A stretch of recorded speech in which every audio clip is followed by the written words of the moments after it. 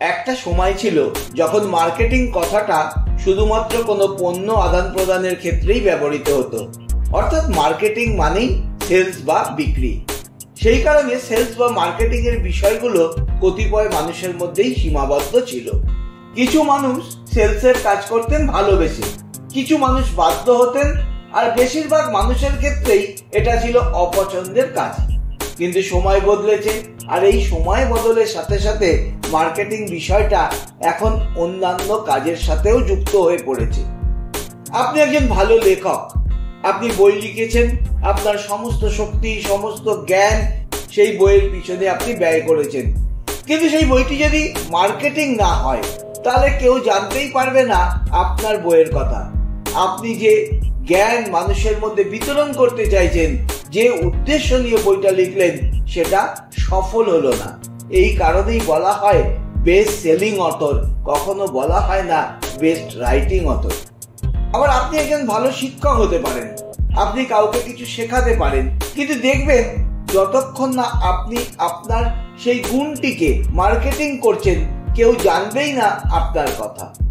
রাজনৈতিক নেতাদের দেখুন, তারা যে কাজ করেন সেই কাজ যদি তার মার্কেটিং এর মাধ্যমে তিনি না জানান, তাহলে কেউ তাদের ভালো কাজগুলো জানবে না, আর তাদেরকে যদি ভোটে দাঁড়াতে হয় সেখানে তারা জিততে পারবেন না। এমনকি আজকের দিনে সরকারকেও দেখুন, তার কাজের জন্য তাকে মার্কেটিং করতে হয়, বিজ্ঞাপন করতে হয়। আচ্ছা, এসব তো বাদ দিন, ধরুন একজন সাধারণ মানুষ, তিনি সুন্দর সেজেছেন, তিনি চান লোকে তাকে দেখুক, ভালো বলুক, সোশ্যাল মিডিয়ায় তার ছবিটা পোস্ট করলেন। পোস্ট করার পর তিনি প্রচুর লাইক চাইছেন, তার একটা মার্কেটিং ছাড়া আর কিছুই নয়।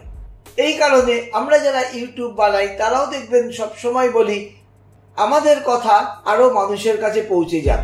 তাই আমরা ইউটিউবে এসে কি বলি, পোস্টটা শেয়ার করে দিন, পোস্টটাকে লাইক করুন। এরকম অসংখ্য উদাহরণ দিয়ে আমি একটার পর একটা বলতে পারি মার্কেটিং আজকের দিনে অপরিহার্য। আর সেটার সাথে যদি কোনো আর্থিক বিষয় জড়িত থাকে, তাহলে তো মার্কেটিং আপনাকে অবশ্যই জানতে হবে। এমনও মনে হতে পারে মার্কেটিংটা ঠিক আমার কাজ নয়, তাহলে আমি আপনাকে বলবো আপনার ধারণা ভুল। কোথাও আপনি ভুল ভাবছেন, তার কারণ আজকের দিনে সামাজিকভাবে, আর্থিকভাবে প্রতিষ্ঠিত হতে গেলে মার্কেটিং জানা এবং সেটাকে ব্যবহার করা, তার প্র্যাকটিস করা ভীষণ দরকার। আমি আজকের ভিডিওতে আপনাদের শুধু মার্কেটিং এর প্রাসঙ্গিকতার কথা বললাম। আমার কথা যদি আপনাদের মনোমত হয়, যদি মনে হয় মার্কেটিংটা সত্যি জানার দরকার, তাহলে এই ভিডিওর নিচে কমেন্টে লিখে দিন ইয়েস। সেটা যদি লিখে দেন, তাহলে এই চ্যানেলে কিভাবে একজন সাধারণ মানুষও মার্কেটিং শিখতে পারেন তার উপর আমি আরো ভিডিও পাবলিশ করব। হ্যাঁ, সেটা করব কি করব না নির্ভর করছে আপনাদের উপর, কারণ আমি জানি না যে আমি যে যুক্তিটা দিলাম সেটা আপনার ভালো লাগলো কি লাগলো না।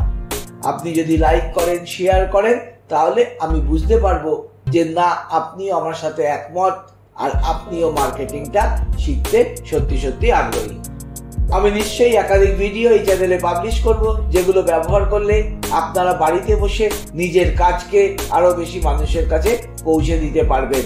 আর যারা সরাসরি মার্কেটিং এর সাথে যুক্ত, জানতে চান যে বিভিন্ন কি কি উপায় আর্থিক উপযোগিতা বাড়ানো যায়, তারা তো লাভবান হবেনই।